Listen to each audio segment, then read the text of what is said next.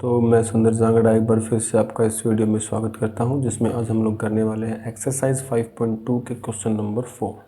इससे पहले वीडियो में मैंने question number second and question number third को डिस्कस किया था। चलिए देखते हैं क्वेश्चन नंबर 4 को। सबसे पहले हम लोग पढ़ते हैं, फिर इसके सोल्यूशन को देखते हैं। तो क्वेश्चन में कह रहा है कि which term of the AP, जो कि हमारे पास ये एपी दे रखी है, इज 78। इस एपी की कौन सी टर्म 78 होगी, यानी कि यहाँ पे जो है एन की वैल्यू पूछ रखी है, किस नंबर पे ये 78 आएगा। ठीक है, तो सबसे पहले हम लोग देख लेते हैं, इस एपी को यहाँ पे लिख लेंगे 3, 8, 13, 18 डॉट डॉट डॉट, ऐसे ये एपी चलती जा रही है हमारे पास। ठीक है, अब ऐसे चलती जाएगी तो इसमें कौन सी टर्म क्या 78 होगी। ठीक है, तो मान लिया कि इसकी जो ए एन है, यानी कि nth टर्म जो है वो 78 होगी, तो ए एन की वैल्यू क्या होगी अपने पास 78। ठीक है, ये जो वैल्यू है किसकी है, ए एन की, लेट कर लिया हमने। तो ए एन का हमारे पास जो फॉर्मूला है वो क्या होता है, A plus n-1 into D is equal to, A N का फॉर्मूला हमने खोल दिया, उसके बाद 78 इसकी इक्वल है। अब यहाँ से a की वैल्यू क्या है एपी में 3, प्लस n की तो वैल्यू हमें फाइंड ही करनी है। d की वैल्यू क्या है यहाँ पे, d की वैल्यू 5 इज इक्वल टू 78। ठीक है, अब इसे सिंप्लीफाई करेंगे तो 3 को ये प्लस में है, उस तरफ जाएगा माइनस में, तो यहाँ पे 78 माइनस 3, और यहाँ पे बच जाएगा n-1 इंटू 5। ठीक है, बिल्कुल। अब यहाँ से सिंप्लीफाई करेंगे तो ये कितना हो जाएगा अपने पास 75। अब 75 में ये जो 5 है इस तरफ मल्टीप्लाई में है, उस तरफ आएगा डिवाइड में, तो n-1 और 5 उस तरफ डिवाइड में चल जाएगा, तो यहाँ पे आ जाएगा 5। ठीक है, अब इसे काटेंगे, इसे डिवाइड करने पे कितना आएगा अपने पास 15, तो यहाँ से n-1 इज इक्वल टू कितना आया 15। अब -1 इस तरफ है तो उस तरफ जाएगा प्लस, तो n की वैल्यू अपने पास कितनी आ जाएगी 16। तो यहाँ पे जो n है, यानी कि 78 जो है वो इस एपी में 16th नंबर पे आएगा। ठीक है, तो ये था क्वेश्चन नंबर 4। चलिए देखते हैं क्वेश्चन नंबर 5। तो चलिए अब हम लोग करने वाले हैं क्वेश्चन नंबर 5 को। तो सबसे पहले क्वेश्चन नंबर 5 को रीड करेंगे। Find the number of term in each of the following AP.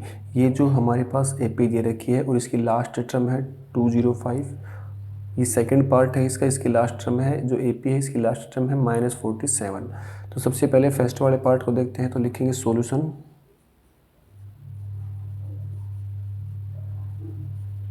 Solution में क्या करना है कि जो एपी है इसकी जो लास्ट टर्म है, अगर हमें ये पता चल जाए कि जो लास्ट टर्म है ये इस पे n की वैल्यू ये है, तो हम बता देंगे कि टोटल एपी में इतनी टर्म है। हमें नहीं पता ये लास्ट टर्म क्या है, तो हम इसे मान लेते हैं कि ये किसकी वैल्यू है, ए एन की। So A N let A N is equal to 205। A N का जो फॉर्मूला होता है अपने पास वो क्या होता है, A plus n-1 into D is equal to 205। ठीक है, यहाँ से इस एपी में ए की वैल्यू क्या है 7, प्लस n की वैल्यू क्या है अपने पास नहीं पता, क्योंकि n की वैल्यू हमें फाइंड ही करनी है। d की वैल्यू क्या है हमारे पास, d की वैल्यू निकालने के लिए इस टर्म में से ये माइनस करेंगे, 13 में से -7 होगा तो कितना बचेगा 6 इज इक्वल टू 205। यहाँ से +7 है, उस तरफ जाके माइनस हो जाएगा, तो कितना बच जाएगा यहाँ से 198।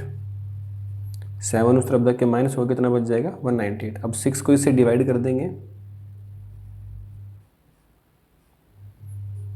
6 यहाँ पे मल्टीप्लाई में है तो यहाँ पे डिवाइड में आएगा,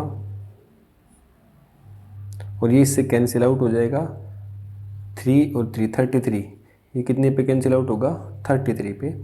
और ऐसे ही ये आएगी हमारे पास n-1 की जो वैल्यू है वो 33। अब -1 यहाँ पे उस तरफ जाएगा प्लस हो जाएगा, तो n की वैल्यू यहाँ से कितनी आ जाएगी 34। ये है n की वैल्यू, तो यहाँ से टोटल नंबर ऑफ टर्म कितनी हो जाएंगी? So total number of term in AP is 34। बिल्कुल क्लियर। चलिए अब हम लोग देखने वाले हैं क्वेश्चन नंबर 5 का part number 2। Same as it is तरीके से करना है। तो यहाँ से जो -47 है ये हमने मान लिया an की वैल्यू है, -47।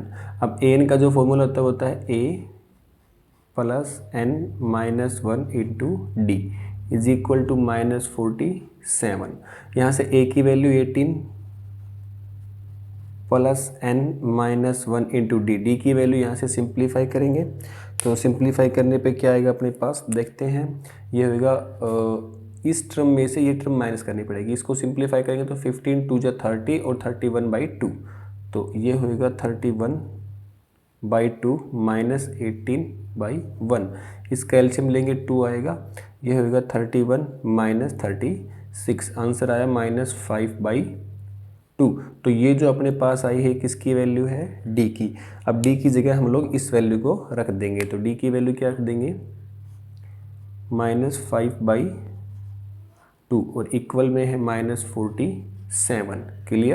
क्लियर। अब जो 18 पॉजिटिव है उस तरफ जाएगा, नेगेटिव होगा तो ये हो जाएगा n-1 और मल्टीप्लाई में है हमारे पास -5/2 इज इक्वल टू -47 और -18। इसे सिंप्लीफाई करेंगे तो ये कितना आएगा अपने पास? ये आएगा -65। ठीक है। अब यहाँ से जो -5/2 है ये मल्टीप्लाई में है तो यहाँ पे डिवाइड में आएगा, तो ये हो जाएगा n-1 यहाँ पे बच जाएगा और ये डिवाइड में आएगा तो लिख देंगे -5 और 2 जो है वो ऊपर जाके मल्टीप्लाई, माइनस से माइनस कैंसिल, 5 पे ये 13 पे कैंसिल, 32 जा 26, तो n-1 की जो वैल्यू है वो कितनी आई? 26। और यहाँ से n की वैल्यू कितनी आ जाएगी? -1 उस तरफ जाके प्लस होगा तो कितना आएगा? 27। ये था क्वेश्चन नंबर 5 के दोनों पार्ट्स। चलिए मिलते हैं नेक्स्ट क्वेश्चन के साथ। तो चलिए अब हम लोग करने वाले हैं क्वेश्चन नंबर 6। तो क्वेश्चन नंबर 6 में कह रहा है कि check -150 is a term of the AP। क्या -150 इस AP की टर्म है? तो चलिए चेक करते हैं। तो सॉल्यूशन में लिखेंगे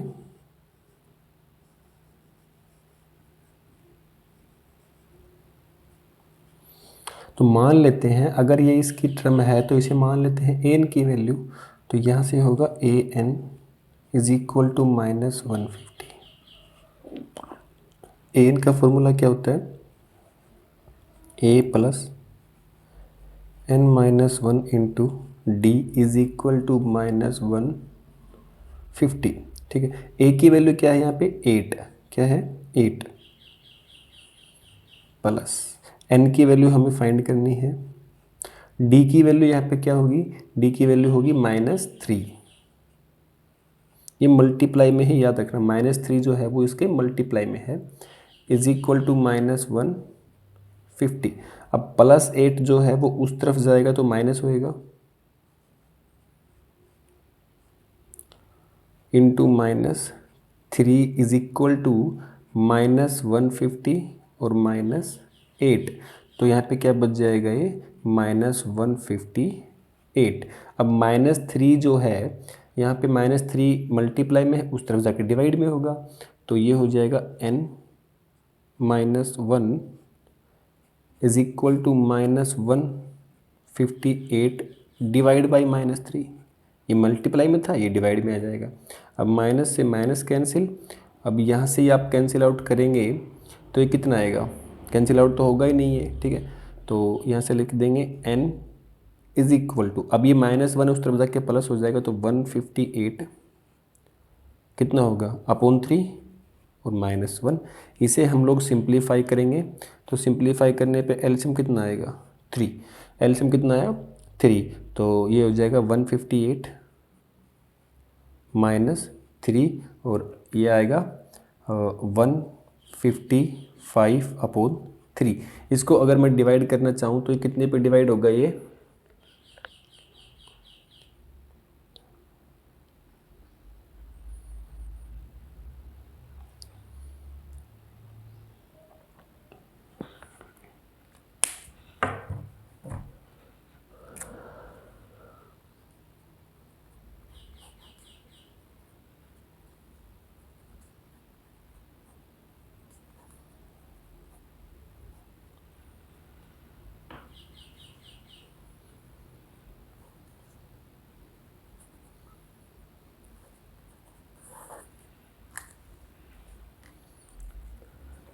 अगर हम लोग इसको डिवाइड करेंगे तो ये आना चाहिए, ये आएगा अपने पास 31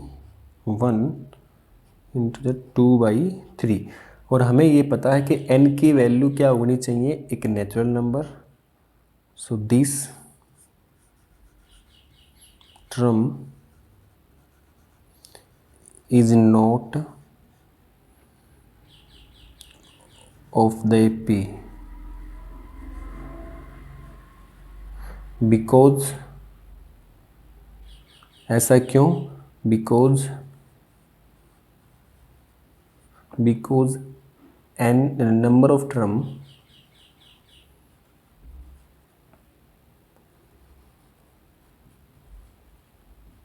term is always, number of term must be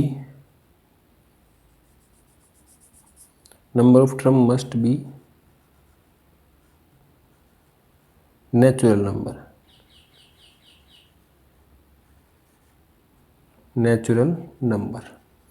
और हमें ये पता है कि ये जो नंबर है ये एक नेचुरल नंबर नहीं है, तो ये इस AP में नहीं होगा।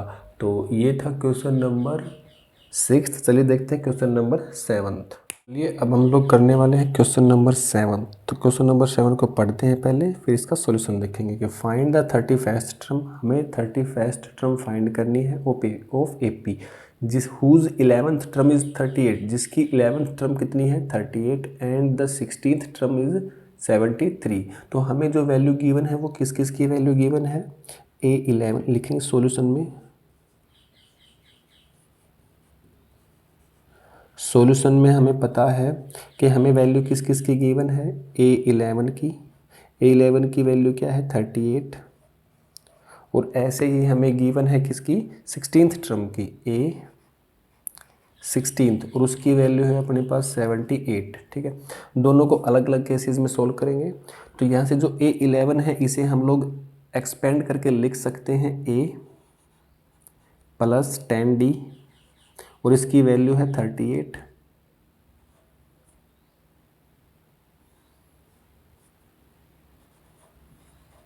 और यहाँ से A16 जो है इसे लिख सकते हैं A प्लस 15D, और इसकी वैल्यू है 78। अब जो ये है हमारे पास, ये है इक्वेशन फर्स्ट,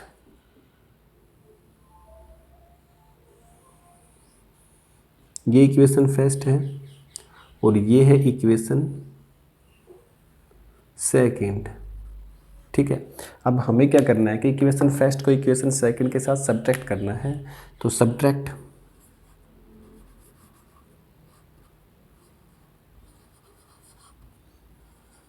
इक्वेशन फर्स्ट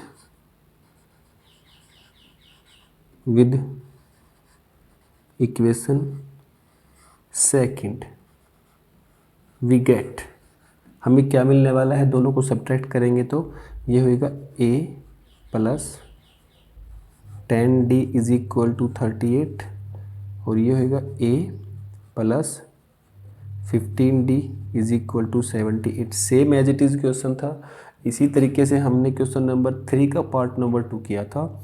तो अब इनको सब्ट्रैक्ट करेंगे तो इनके नीचे जो इक्वेशन है उसके साइन चेंज होंगे। अब जो A है ये नेगेटिव होगा, ये 15D है ये नेगेटिव होगा, और 78 भी नेगेटिव होगा। चलिए इसे सिंप्लीफाई करते हैं, माइनस A से प्लस A कैंसिल, प्लस के 10D और माइनस के 15D, तो यहाँ पे बच जाएगा माइनस का 15D इज इक्वल टू, यहाँ पे कितना बचेगा,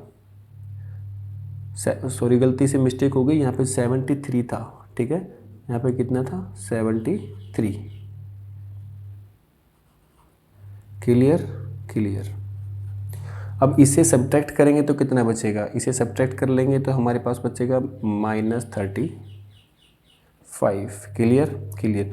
अब दोनों में से यहाँ से माइनस कैंसिल, 5D के साथ जो है वो 5 मल्टीप्लाई में है, ये उस तरफ जाकर डिवाइड हो जाएगा, तो D की वैल्यू यहाँ से आ जाएगी 35/5, कैंसिल आउट होने पे आंसर आएगा 7।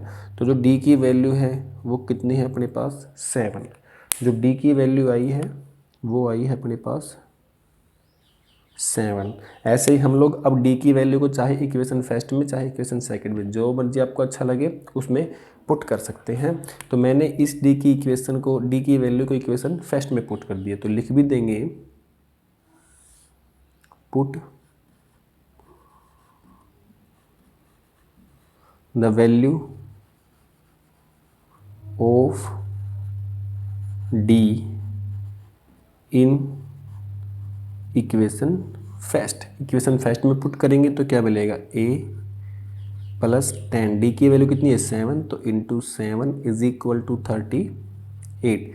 10 को 7 से मल्टीप्लाई करेंगे, a plus 70 is equal to 38। अब 70 पॉजिटिव है तो उस तरफ जाएगा तो नेगेटिव होएगा, तो a की वैल्यू कितनी आएगी अपने पास, -32। ये जो है हमारे पास a की वैल्यू है, ये जो है अपने पास a की वैल्यू है। क्लियर।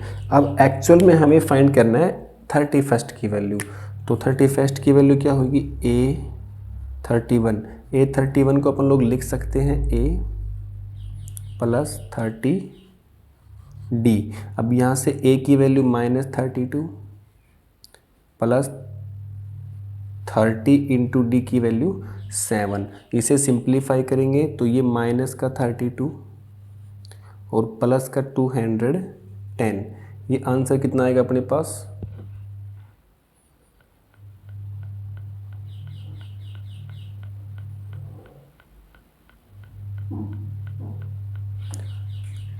178। पॉजिटिव 210 है, -32 है, तो पॉजिटिव कितना बचेगा 178। तो a 31st की जो वैल्यू है वो कितनी आएगी, a 178। ये है हमारा आंसर।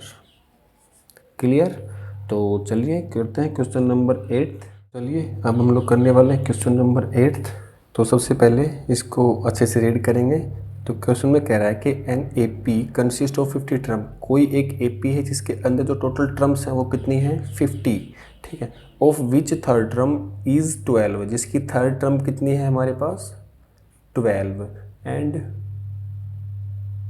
एंड लास्ट टर्म कितनी है 106। तो लास्ट टर्म कौन सी होगी हमारे पास 50 होगी, क्योंकि लास्ट टर्म टोटल टर्म कितनी है 50।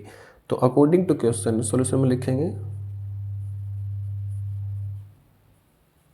अकॉर्डिंग टू क्वेश्चन हमें जो डाटा गिवन है वो क्या है, A3 की वैल्यू इज इक्वल टू 12, ठीक है। और हमें गिवन है A50 की वैल्यू इज इक्वल टू 106, क्योंकि जो लास्ट टर्म है वो 106 है और लास्ट टर्म कितनी है हमारे पास 50 है, तो वो किसकी वैल्यू हो जाएगी A50 की वैल्यू। A3 की वैल्यू को सिंप्लीफाई करेंगे, A3 को हम लोग एक्सपेंड करके लिख सकते हैं A plus 2d is equal to 12, और A50 को हम लोग लिख सकते हैं A plus 49d is equal to 106। Clear. तो ये है हमारे पास इक्वेशन, जैसा कि हमने पिछले वाला क्वेश्चन किया था क्वेश्चन नंबर 7, सेम वही प्रोसेस इसमें है। ये इक्वेशन फर्स्ट, ये इक्वेशन सेकेंड। क्लियर। तो ये होगी हमारे पास इक्वेशन फर्स्ट, ये होगी इक्वेशन फर्स्ट और ये होगी इक्वेशन सेकेंड। अब करना क्या है कि इन दोनों को सब्ट्रैक्ट करना है, तो सब्ट्रैक्ट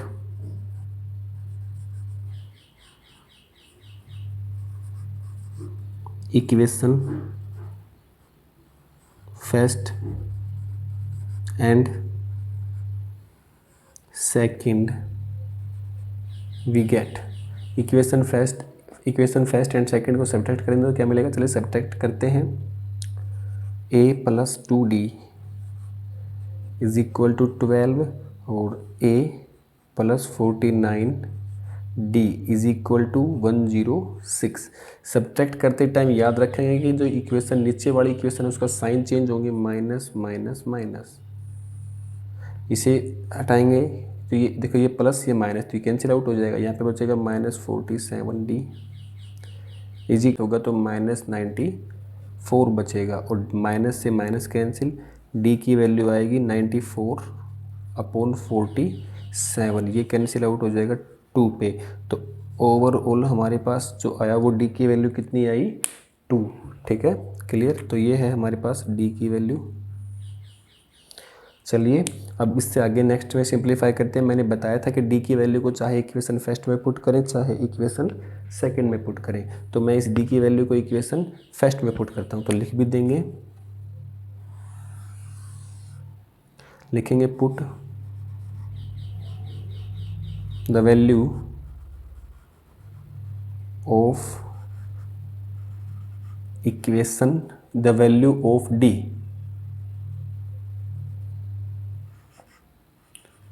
इन इक्वेशन फर्स्ट। इक्वेशन फर्स्ट में पुट करेंगे तो ये होएगा a plus 2 into D. D की वैल्यू कितनी है हमारे पास 2 is equal to 12। 2 into 2 4, a plus 4 is equal to 12। और यहाँ से a की जो वैल्यू आएगी 4 उस तरफ जाके माइनस होगा तो कितना आएगा 8। तो जो a की वैल्यू आई अपने पास वो कितनी आई 8। हमारे पास a की भी वैल्यू है और d की वैल्यू। अब जो मर्जी टर्म पूछ ले, अब इसने पूछ रखा है 29th टर्म, तो a 29th को हम लोग फाइंड करेंगे तो कैसे लिखेंगे a प्लस 28 d। a की वैल्यू क्या है यहाँ पे, a की वैल्यू 8 है प्लस 28 इंटू डी की वैल्यू क्या है 2। इसे सिंप्लीफाई करेंगे तो 8 प्लस 8 2 जा 16, 1 2 2 जा 4 56। यहाँ पे कितना आ जाएगा, इनको ऐड करेंगे तो 64। तो a 29 की जो वैल्यू होगी वो कितनी होगी 64। तो ये था क्वेश्चन नंबर 8। चलिए मिलते हैं नेक्स्ट क्वेश्चन, क्वेश्चन नंबर 9 के साथ।